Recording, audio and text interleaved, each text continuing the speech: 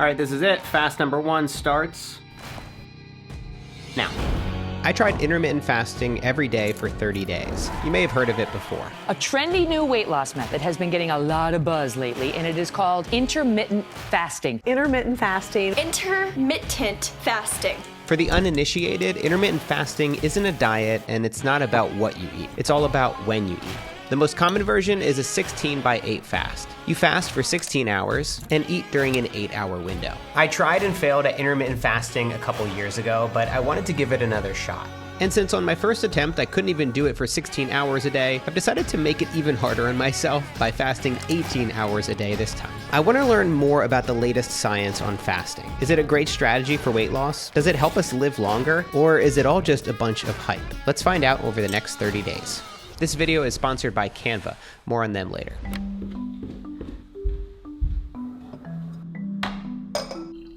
Thank God coffee doesn't have any calories in it, otherwise I don't think I'd be able to make it until day 30. One of the first things I noticed as I made my way through my first 18-hour fast is how rarely I actually allow myself to get hungry. Of course, it happens, like when I'm busy working on a project or running around doing chores all day, but that's far from typical. As I noticed my stomach growl and grumble through the first few hours of the day, I realized it'd been years since I actually let myself become hungry intentionally. And yes, this is of course a fortunate position to be in, but it's one that so many of us are faced with today. When you think about it, this is a relatively new problem for humans. For tens of thousands of years, we've largely faced scarcity when it comes to food. But many of us living in high-income countries have the exact opposite problem. The moment that we have a slight craving, we can raid our pantry, dig into our fridge, or open up our phone and order the entire Taco Bell menu. He's gonna need a bigger toilet. Food on demand has become the norm, but according to Dr. Sachin Panda, author of The Circadian Code and one of the leading experts on intermittent fasting, that's not how we evolved to digest food. For 100 years, nutrition science has taught us to count calories and watch carb, protein, and fat in our diet. And what we discovered is, it's not only what you eat, when you eat also matters. Dr. Panda's research suggests that every organ in our body, including our digestive system, is tied directly to our circadian rhythm. When we stop eating at night, an internal clock starts ticking. This fast initiates a cascade of processes that can help aid digestion, improve metabolic function, and maybe even prevent chronic disease. Intermittent fasting or time-restricted eating has enabled millions of people to improve their health, increase their performance, and also help them to prevent many chronic diseases. According to Dr. Panda, in order to get all the benefits of intermittent fasting, you shouldn't consume a single calorie for 12 to 16 hours a day. And that means you need to cut out all late-night snacking and drinking. But that can be difficult for those of us with deeply ingrained habits. So I just finished my first fast. I went a little bit over the 18 hours. I actually fasted for 19 hours, 19 minutes. I've always had a bit of a complicated relationship with food. I tend to eat when I get really stressed, bored, or overwhelmed. It's a coping mechanism that I've only recently started to notice in the past couple of years. And so one of my big goals in trying intermittent fasting again is to try to get more intentional about my relationship with food. And yeah, if I could cut off an extra 5 pounds of weight that I put on earlier this year, that wouldn't hurt either. So I'm using an app called Zero. They're not a sponsor, just a helpful app that's allowing me to track the beginning and end of each of my fasts. It's nice to see my progress bar fill up as I reach my goal. Since I'm very rules oriented, it's nice to have hard limits on when I can and can't eat.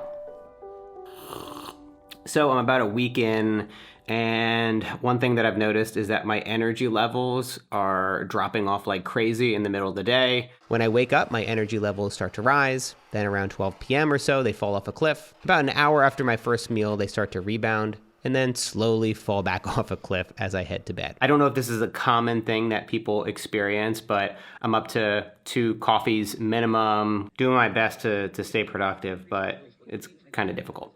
Intermittent fasting has gotten wildly popular over the past few years, and like every trend in the nutrition world, it's been widely received, all experts agree on it, and there's absolutely no confusion about its benefits.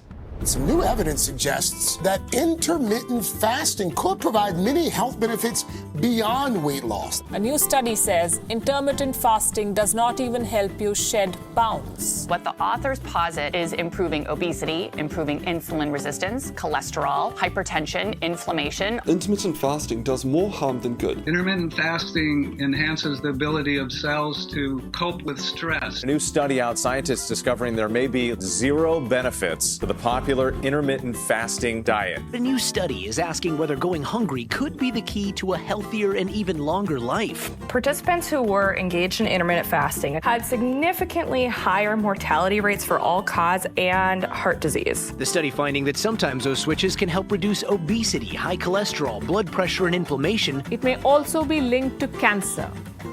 I would rather somebody ate a couple Girl Scout cookies in the morning than nothing at all. Very eye-opening. Thank you, Rachel. Yeah, thank you. If you're anything like me, you might be thinking, what the fuck? Does it work or not? Does it help you lose weight or is it going to kill you? Now, I'm no expert and I don't have a daytime talk show, but here's the best that I've been able to understand it. The truth falls somewhere in the middle. It isn't a magic bullet, and it doesn't cause cancer. And whether you should do it yourself really depends on your current habits and goals. Dr. Peter Attia, author of Outlive, The Science and Art of Longevity, recently changed his opinion on intermittent fasting. While he previously thought fasting alone provided a lot of benefits, he now thinks it mostly has to do with caloric restriction. When people talk about how time-restricted feeding is helping them lose weight and manage insulin resistance and things like that, I think it appears that that's all due to reduced caloric intake. It's just harder to eat more during a narrower window. But if you're not overweight and you're more on the lean side, doing regular fasts of 18 hours or more could be detrimental. Dr. Attia again. I think you need to ask yourself before you go on an aggressive TRF regimen, how much muscle mass can you afford to lose? And if the answer is none, which is, it should be the answer for most people, by the way, then you got to make sure you're not restricting protein and that you're thinking about when you can refuel in relation to exercise. What also seems to be true is that regularly eating late at night can cause issues with your metabolic functions and blood sugar levels. So doing something like Dr. Sachin Panda's circadian rhythm fasting, by lining up your eating closely with sunrise and sunset, could give you both the benefits of restricted caloric intake and improved metabolic function. Keep in mind that I'm not an expert, and none of the experts can seem to agree on what intermittent fasting does and what its benefits are. So like everything, you're gonna have to try for yourself to see what works best for you. And when it comes to me, I'm starting to realize that maybe with this 18-hour fast, I've bitten off more than I can chew. Before we dive back into my fasting experiment, I want to take a moment to thank my sponsor, Canva.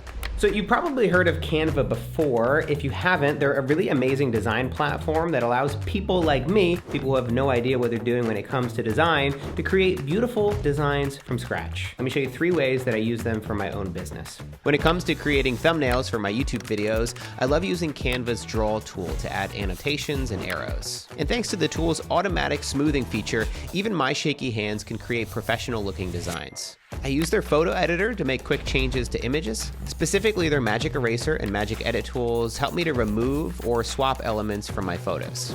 Sorry, Paul. And finally, directly through Canva, I can create some really impressive infographics for my videos. I just input my data, add my brand colors, and there you have it. So if you're a creator, a freelancer, or somebody who just wants to up their design skills, I definitely recommend that you give them a try. And as a subscriber to my channel, you can get a free 45-day extended trial of Canva Pro by going to canva.me/MattDiavella45. You can click the link in the description below to get started. Thanks again to Canva for sponsoring this video. Intermittent Fasting 101, start cooking before it's time to eat. I have made this mistake far too many times where I end up fasting for an additional hour or 2 just because I haven't prepared a single thing to eat. I think I've fully gotten over the hump now. My energy levels are really consistent throughout the day. I definitely don't have that afternoon crash anymore. I'm snacking so much less than I normally would. In the past, I would snack late into the night. I would drink alcohol before bed. I'd wake up in the morning, I'd have granola. I'd be eating constantly. Yeah, I feel better. I feel good. As this experiment continued, I really tried to make the most out of my 6-hour eating window. I paid close attention to each of my cravings, and I started to stack up fast after fast.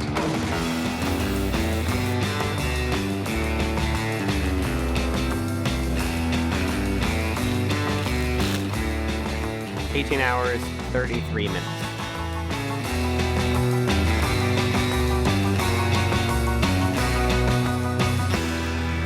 Shit. So today got unexpectedly busy, and I have gone 22 hours and 39 minutes without eating. I'm feeling really on edge, and so I want to measure my blood pressure to see if anything has changed. 114/74. It's about average, maybe a little bit higher than average. That taught me nothing. I'm finding that this attempt at intermittent fasting has been so much more successful than my first try. Intermittent fasting was a pain in the ass. And I think the main reason is that I allowed more flexibility when I started and stopped my fasts. This technically goes against Dr. Panda's recommendation. You have to be consistent to take advantage of this anticipatory activity of our clock. But I personally loosened up with this guideline. There are so many things that we already have to think about when it comes to our health. And so often it's a struggle to even get the basics right. I mean, you guys saw the size of that bread on my tuna melt. But giving myself permission to lighten up, to do the best that I could, and to focus on just one single metric, hitting my 18-hour fast every day, has proved to be the best way for me to reach my goal. And there it is, my 30th and final fast. I lost 5 pounds over the past 30 days to hit my goal, which means I was able to significantly reduce my caloric intake. And if my SMART scale is to be trusted, my body fat percentage also went down over this time. The biggest health benefit I gained by far has been cutting down on calories after 6 or 7 p.m. Between snacks and alcohol, I really did cut down on a lot of those calories that were motivated by stress, overwhelm, or boredom. While I was able to maintain my strength at the gym, I didn't feel like I was getting any positive gains. I'm guessing it's because I wasn't eating enough protein during this time. So I can definitely see Dr. Peter Attia's concern that this type of daily fast could limit caloric intake too much, at least for someone like me. I personally love fasting, and I've decided to try to make it 1 full year. But I'm gonna lighten up my fasting window a bit and try a circadian fast instead. So if you wanna find out how that goes, and if you want other 30-day experiments on self-development, subscribe. See you soon. That's it. The video's over.